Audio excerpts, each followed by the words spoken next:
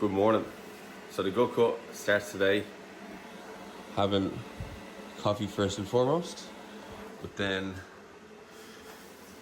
these are the food choices for the next 4 days. So it's going to be a very fun 4 days of eating, pretty much just doing a liquid diet from Monday through Thursday.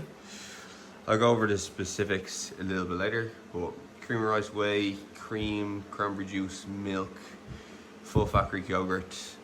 There is 6 1.5 litre water bottles there to make sure I know how many I've drank throughout the day. I'll just reuse them. And then I have butter and some chocolate and peanut butter. So yeah, very healthy. I can imagine I'm gonna feel amazing this week. How do people struggle to get in water through today? Like, this is 1.5 litres, pretty much gone. It's 7:30. Like, the mind boggles.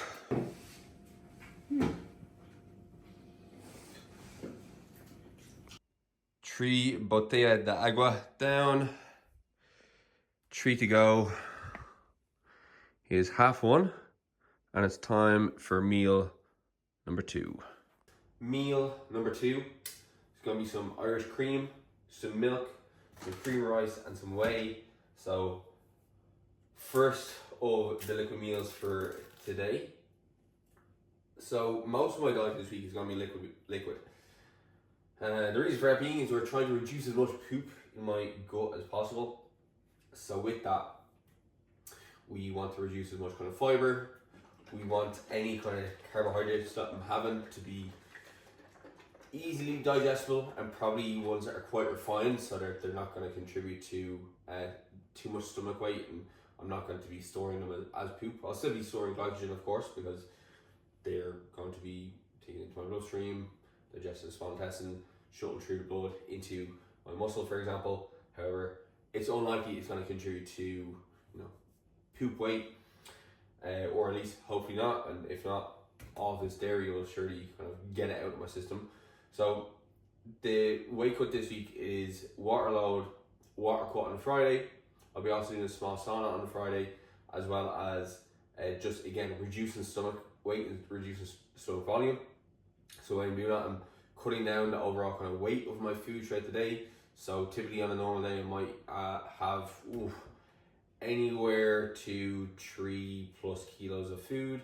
A lot of that is going to come from vegetables as well as the likes of like chicken breasts, chicken thighs, steak. Whereas like now, with having more kind of calorie dense options like the likes of cream, for example, it's not going to take as much kind of room in my stomach, and then not going to take as long for my body to digest as well, because liquid calories, stuff that's already kind of digested for most part, like, there's not really kind of any kind of mechanical breakdown that's really having to happen outside of like in my stomach, or very, very small amounts of mechanical breakdown, for example, because a lot of it is fine powder, versus, like even if you chew a chicken thigh, for example, when it goes into your body, it's still going to have to be broken down a lot more in your stomach. So this food is going to keep me full, going to keep me satiated to a degree.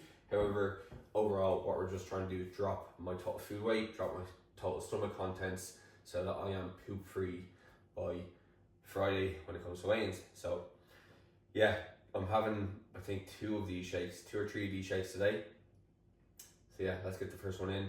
Surely it's gonna be fucking delicious with fucking cream, but yeah, we'll see how it goes. So this is how that turned out. I think I was a little bit off base with the old liquid to cream rice and powder ratio, but it tastes like ice cream. It's actually really nice. It tastes like a dessert.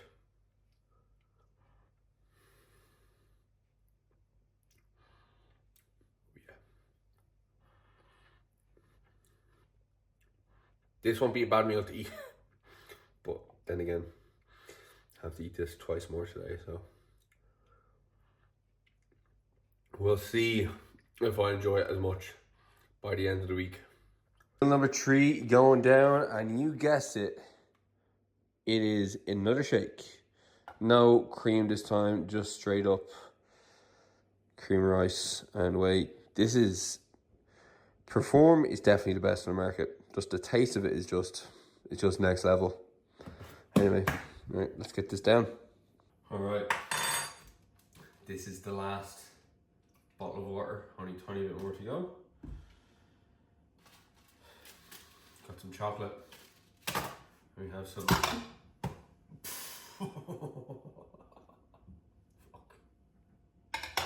We have some Greek yogurt. Anyway, this is like normal Greek yogurt, so like full fat.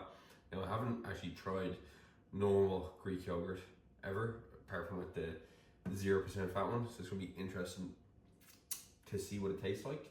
Usually it's kind of bitter, kind of soury. Most yogurts are like that, so yeah, hopefully it's nice. Otherwise, the macros on it are, yeah, they're not as good as like the regular, or sorry, the 0% fat, because like 0% fat has like, it's usually strained, so the protein intake is a little kind of higher as the protein quantity. So this is a 4, you can see that. It is 4 grams of protein per 100 grams, 133 calories per 100 grams, which is pretty much double, almost triple the amount that you get with low fat, and 10 grams of fat. So it should be, it's a little bit thicker, as I can see here. The fucking arse of that. Anyway, right. So we're gonna have 500 grams. Oh. Anyway, you'll be glad to know that I've made it through most of these meals today without absolutely shitting the gaff out of it. I thought that would happen, considering the amount of dairy that I'm having. Ugh. At the same time, I'm not really looking forward to this now. I might switch to ice cream tomorrow, because at least ice cream I know it's gonna be nice, and the macros would probably actually be around the same. Yeah. Okay. That's enough. Now I would have went for dark chocolate, only for the fact that they didn't actually have any like regular dark chocolate in Tesco, or at least they didn't have the Tesco brand. Tesco brand is obviously cheaper, and Lindt is like fucking €3 per packet. So this was, I think, about €1 or so. It is quite dense. That's 90 grams, and per bar there's like 480 calories. So yeah, we'll see how it is. It's only 64% dark, which is basically milk chocolate. So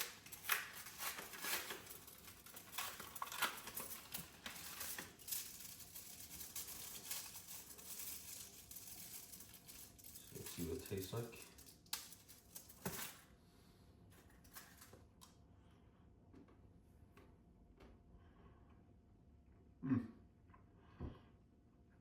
Nice. Alright. Day number 1, complete. Going to bed lighter than I woke up. Day number 2. So today is the second day of the Good Cut, and just having my second last meal, if you could call it that. So this is 400 mils of milk, 50 grams of cream of rice, and 50 grams of whey. I've had 2 of these today, the same kind of meal as I had yesterday as well, the kind of cream and whey, cream and rice mixture, my eggs, and then I had a yogurt last night. I'm pretty much going to have the exact same today, so that's pretty much going to be my diet for like these 4 days, alongside like 9 liters of water, as well as on Thursday then I'm going to be doing the actual cut. Okay, so I was asked to describe exactly how I am cutting weight for this competition. So when we are looking at acutely losing weight, which is in a very short time span, like the week of the competition, we are mainly looking to manipulate our body water stores through reducing the amount of muscle glycogen and water that's in our muscles, as well as good content in your stomach. Okay, so typically when you're consuming a carbohydrate rich diet, like a lot of carbs like I was, so I was eating about 550 grams of carbohydrate per day, that is going to carry both the actual glucose, but also then there's going to be a water bound to that glucose too, right? So for every gram of carbohydrate, you can probably think about there's going to be around, like on average, about 3 grams of water that's coming alongside that. Okay, so what we're doing this week is we are keeping my calories the exact same. However, we're reducing that carbohydrate amount down. So I'm going from 550 grams of carbs down to 320. I'm going to throw it up on screen. And through that as well, because now I'm reducing my carbohydrates, I'm reducing my muscle glycogen stores. As my muscle glycogen stores go down, my total body water goes down as well, because the water that's being bound to that glycogen now is also starting to decrease. So I'm gonna start to like feel flatter, but that's like the goal, right? Because you want to essentially kind of reduce the volume of yourself, right? You have to lose the weight from somewhere. Now, that's one thing that we're looking to manipulate, right? So glycogen and total body water. The other aspect of total body water that we're looking to flush out is through drinking more water. So I'm increasing my fluid intake up to around 10 litres of fluid per day. Now, on any given day, I'm probably going to drink about 6 to 7 litres of water. It's a habit. Like, it's not like bad for you. Like, you don't wear your kidneys out or anything like that. It just, I'm used to drinking a lot of water. I always have been. So as a result of that, I can't really kind of double my water intake. It wasn't recommended that I do, and like in the literature, like you only see like upwards of like 100 mils per kilo of body weight. So like myself and my nutritionist, we were like a little bit hesitant to go beyond that. I've never experimented with beyond that, and she said in her experience she's had people go above that, and actually the water cuts didn't work as well. So we're gonna have 10 litres of total fluid, which is including the likes of my milk. So I'm having around 8 litres really of water. Like, I'm trying to like not finish the final bottle of my water in there. So around 10 litres of fluid altogether. Now, as I start to like increase my water intake beyond what I'm used to, my kidneys are going to start to excrete more. Okay, so I'm going to start pissing more often, and as a result, this is going to continue over the course of like 4 days. I'm going to be flushing out a lot of water from my system, and then when it comes to Thursday, which is the day where I'm going to be cutting my nutrition, the dog, I'm going to be cutting my water. Like, this is like the theory of what happens, right? As you start to continue increasing your water above your baseline, you'll start to excrete more water. Then on the Thursday, or on the day where you cut your water intake, your body will have kind of adjusted to this rate of excretion essentially, and then the urination will just continue. So you'll continue to like piss out on that day beyond the water intake that you're taking in that day, right? So that's where like the actual cut is happening. So you're loading up on water, and then you're cutting it, and then as a result of your body somewhat having adapted to this kind of trickery that you've done to it, you're continuing to excrete more water and lose more body weight. Now, this method itself can have you lose around 1.5 to 2% of your body weight across the week. Now, pair that alongside the likes of the carbohydrate decrease, we could be looking at, that's really going to depend on like how heavy you are, how much muscle mass you have, because obviously the amount of muscle mass, the amount of glycogen is going to be dependent on how much muscle you have, because that's where it's being stored, as well as how high your carbohydrates are in your diet, which mine were, like, 550 is a pretty decent amount. So with that, like, I have in the past lost up to 2 kilos just from that alone. And then the third thing we're doing is a gut cut, right? So the easiest way to think about a gut cut is the weight of your diet. The easiest way to think about a gut cut is your diet weighs something, and the total weight of that diet is going to be mass that's stored in your gut at some point, okay? Now, if you want to do a gut cut, you essentially will try to keep the energy of your diet the exact same. So say, for example, I'm having 4,000 calories a day, which is the exact same as I usually have, and as a result of picking more energy dense food choices versus what I'm used to having, so the ways I'm doing that is I'm reducing my vegetable intake. Reducing my vegetable intake is also going to reduce the gut content in my stomach, because now I have less fiber sources. Because when you think about it, vegetables, they are very dense, but they have low energy, okay? That's not what we want, because it's taking up a lot of room in my stomach, but not giving me much energy content, okay? So if I want to get rid of body weight, I can take that mass out of my stomach by not eating as much of it. Other ways is I am increasing the amount of fats in my diet. Fats are going to be very energy dense, but they're going to be low weight. So that's why I'm using the likes like cream in my diet, for example. That's why I'm eating like mostly whole eggs. It's why I'm also having my carbohydrates in the form of like either or juices or chocolate, or what's the other one? Or cream or rice, right? Because again, per the amount of calories that I'm getting for that small portion, I am reducing the overall weight of my diet, right? Because like say for example, if I get rice and I have the same amount of regular rice that's cooked and that has now absorbed water, that is going to weigh more than the calorie equivalent of cream rice, which is granulated carbs essentially. So if you have a diet that typically weighs 2 kilos, for example, you can just add this up. You can like see, okay, I have my calories here 3,000. How can I make that diet now so that it's down to like below 1 kilo? And believe me, I've done this for some clients where I've gotten their diet that's been around 2 to 2.5 kilos down to like 600 grams of food they're having per day, and they end up like losing like a decent amount of weight across that week. So all of these methods combined, you could be looking at a decent like 3 to 5% of your body weight loss across the week. Now because I'm doing 24-hour weigh-in, I can push it beyond the 5% if I want, which I am going to be doing. So I'm going to be doing a sauna on Friday before I weigh in. Now I'm only going to be doing 20 minutes, which is going to be like 5 minutes on, 5 minutes off, just so I don't like get too just so I don't get like heat stress, right? So heat stress is going to have like a net impact on, you know, your central nervous system. Is going to start to fatigue that a little bit more, which obviously you don't want, right? The cutting strategies that I'm doing at the moment, they are unlikely to hinder performance too much when I have this 24-hour weigh-in period, provided like, you know, I continue to check in with my coach, for example.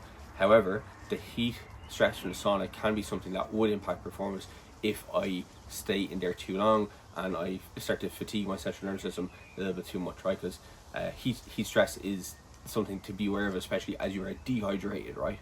So I'm going to be dehydrated on Friday. So the plan for Friday essentially is my weigh-in's at 3:30. So I'm going to wake up, I'm going to see what my body weight is, and Melissa essentially just said, you know what, if you feel like eating on that day, like you can eat something depending how light or heavy you want to weigh in, and you know, then you can just like kind of sip on water leading up onto your weigh-in, because ultimately the weight I hit on the day doesn't matter all that much. This is all from my own experimentation. I haven't done gut cut, water cut, as well as carb and fat manipulation, as well as sauna.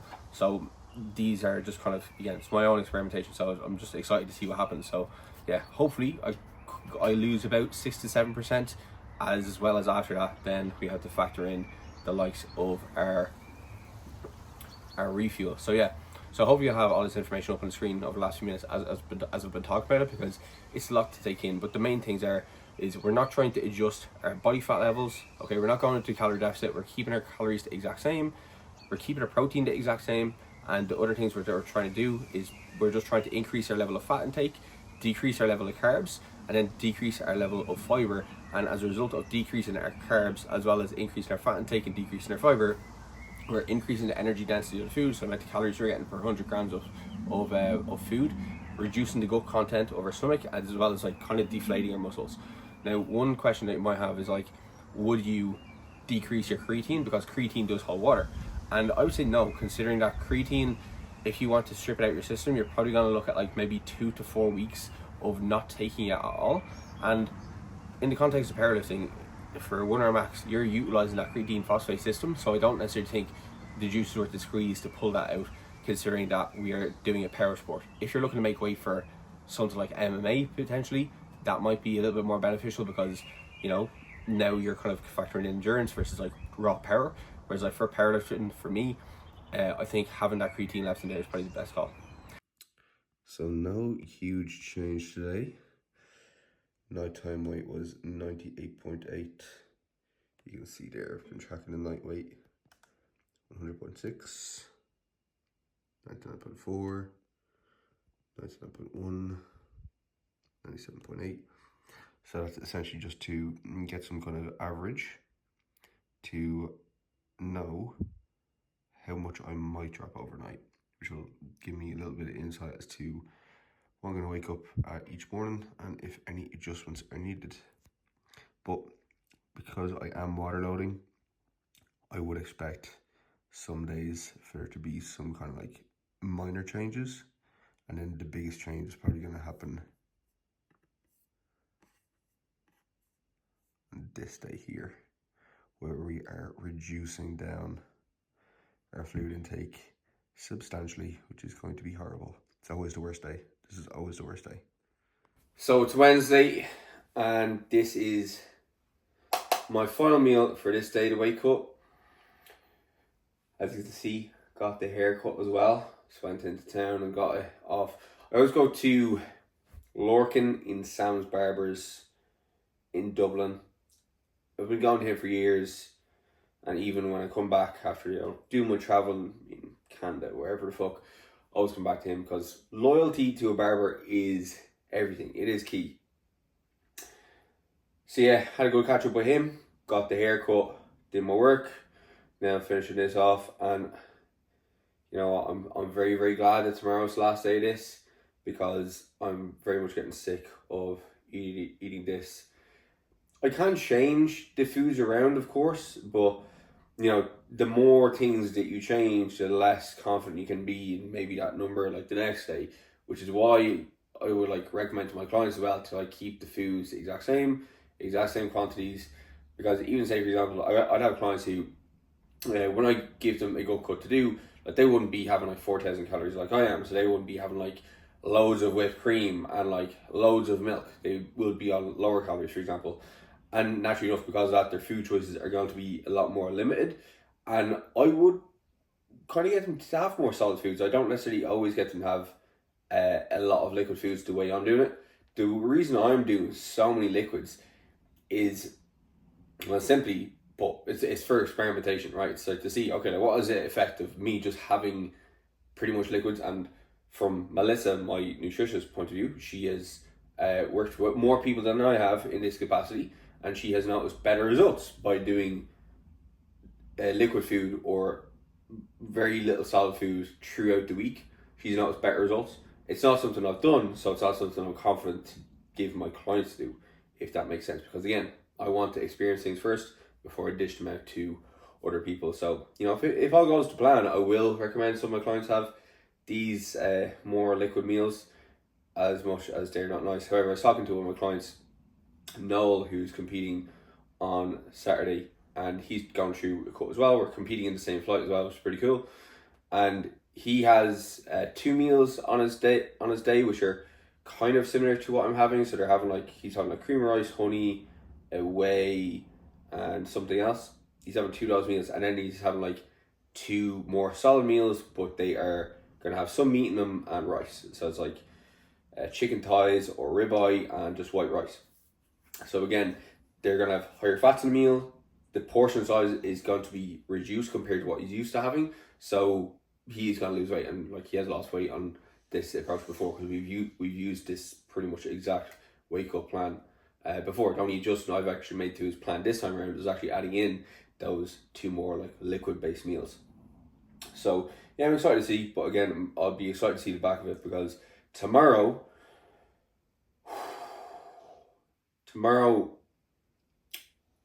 Melissa wants me to remove the cream rice, and she wants me to also reduce down the amount of water. So tomorrow's like the cut day. So tomorrow I'm reducing my liquids down to around 15 mils per kilo. So at the moment I've been having 100 mils per kilo, okay? So that's factoring in maybe 8 to 9 liters of water that I've been having, as well as like the liquids from the milk that I've been using in my diet. Now tomorrow, that milk, if I choose to have it, it's going to contribute to my water intake still. So I have to be a little bit smarter with my food choices tomorrow. So I do need to plan that out and kind of send it over to Melissa for her approval, because yeah, it's going to be a little bit more of a challenge to keep fluids that low, but also be consuming mostly liquid calories up to 4,000 calories. That's the thing, right? If you're having 2,500 calories, very simple to do that. If you're having 4,000 calories, it's a lot more of a challenge, because like honestly, I don't want to have the thing of honey and be squirting it into my mouth, you know. The reason why I'm actually experimenting with this like now for this competition is like, it's 24-hour weigh-in. So despite what I'm probably going to feel like on Friday, which I'm probably going to feel shit, I have the entire day to refuel, to recomp.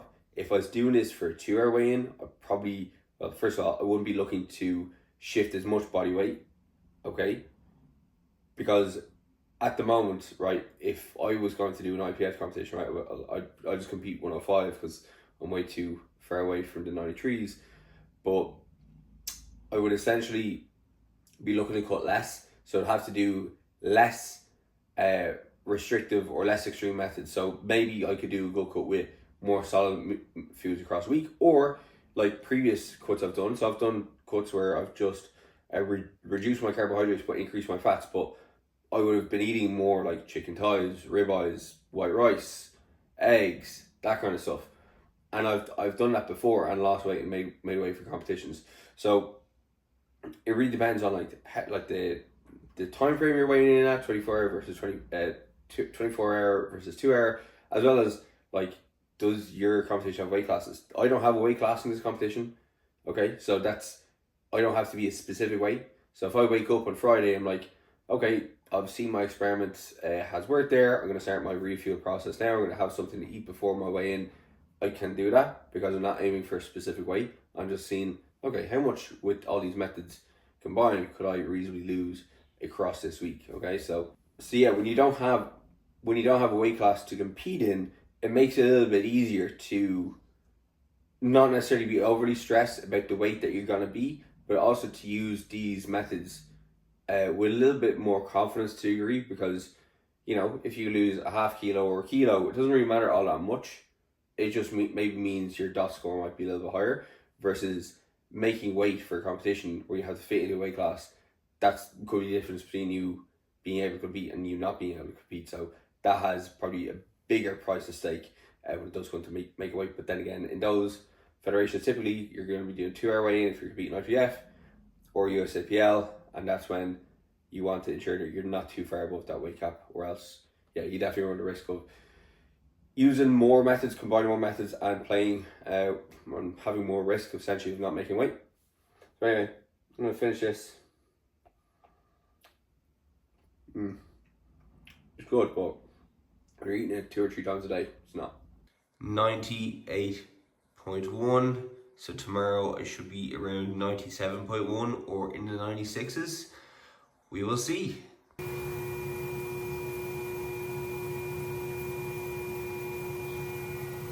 Alright, it is the final day of the water cut. Today, no more 6 bottles of water. Today I have 1 bottle to last me the entire day.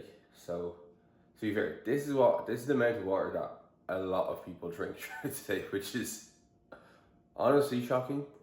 So yeah, just this to last me the entire day. Now, I am still having my coffee because the last few times I haven't had my coffee, I've had a massive headache for the entire day, so I need to feed my addiction. But anyway, this day is usually the hardest. I've done 2 water cuts before. The last one was before the last time I competed in the Ab Series. And yeah, this day always sucks because you just feel a little bit kind of delirious and stuff. I have a podcast to record today. We're recording with Adam from Odyssey, which is going to be pretty cool. So hopefully I'm actually able to speak in that conversation and not just be like my brain melting, because yeah, dehydration is not good for the brain. But anyway, today's diet as well is going to be slightly changed too, so I'll bring you through exactly what I'm going to be doing on the diet front, because yeah, I'm reducing solids today even further. So even cream or rice I'm taking out, and I'm going to be like placing in juice. So the juice is also contributing to my fluid, obviously, but I'm drinking 1 liter versus 500 mils, and then I think maybe 200 mils of milk in there. So yeah, my fluid is not going down as low as like just 1.5 liters in total, but it is being reduced. So say for example, if my fluids over like the last few days was 10 liters, today it's probably going to go down to 2.5. So it's still a little bit high, but trying to get in 4,000 calories while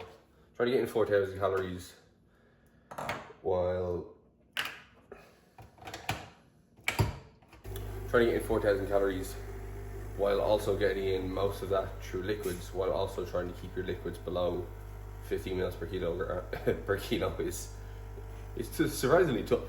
So yeah, I'm going to allow for a little bit more fluids in the form of added water. And yeah, I think consider we're doing sauna tomorrow anyway.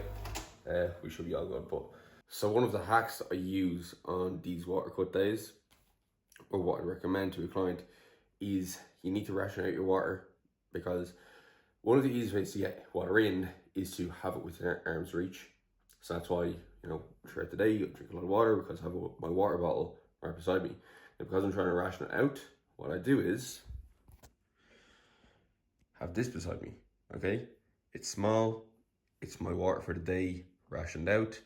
And because I now have the extra friction of having to get up and get some water, it reduces the amount of water that I drink. So this is why a lot of people don't drink much water throughout the day, is because they don't have like a bottle within their arm's reach throughout the day. Now, again, if you want to increase your water intake, that's the easiest way to do it. But also, if you want to restrict your water intake and be dehydrated, you limit the amount of water that's in reach, or don't have it at all, okay? So yeah, that's just a very simple trick.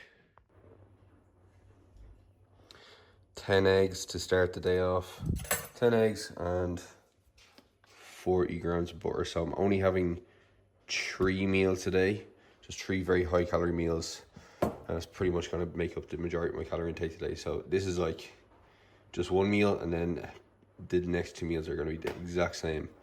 So yeah, I can't say I'm looking forward to this, but it's only one day. Meal number 1 for the day: 10 eggs and 500 mils of juice. I am going to ration this. One of the benefits of using some juice, like cranberry juice, is that it has vitamin C. Vitamin C can act as a laxative, so it can help stimulate bowel movements, as well as it can help promote urination. So that's why I'm having it, as well as just being tasty, as well as getting some of my carbs in for the day. So all right, so it's 2 p.m. It is time for meal number 2. So meal number 2 is going to be 200 mils of milk.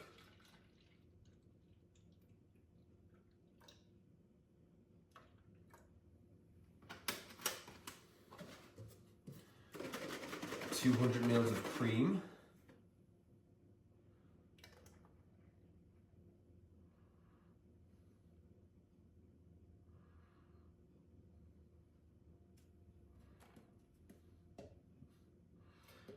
We are going to need some more cream.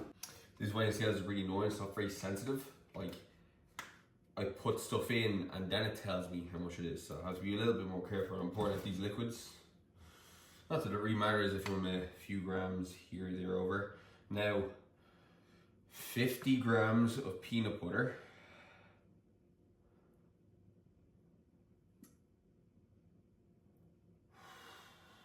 Oh. There we go. It's 50. 50 grams of honey.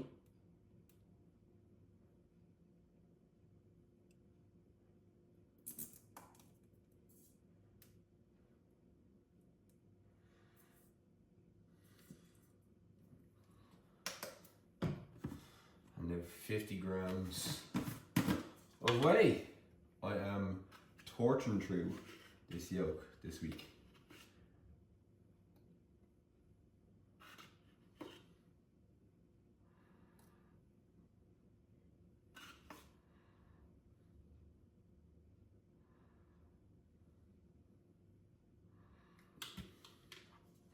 There we go. That's meal number 2. We're gonna have this meal twice today, and a little bit of ice cream. So it looks like, obviously with all the honey in it, it's nowhere near as like ice creamy. Might be easier to get down though.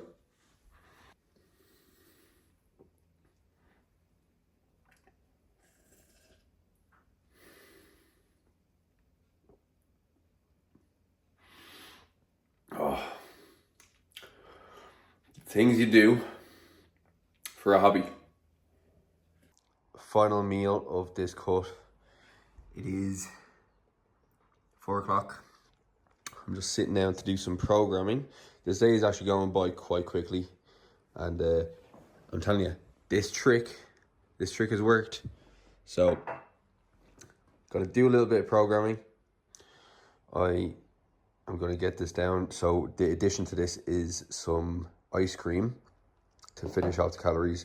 Then once my program is done, I do have to go do a little bit of shop just so I'm prepared for the next 2 days with food, for the refuel, and then comp day nutrition, as well as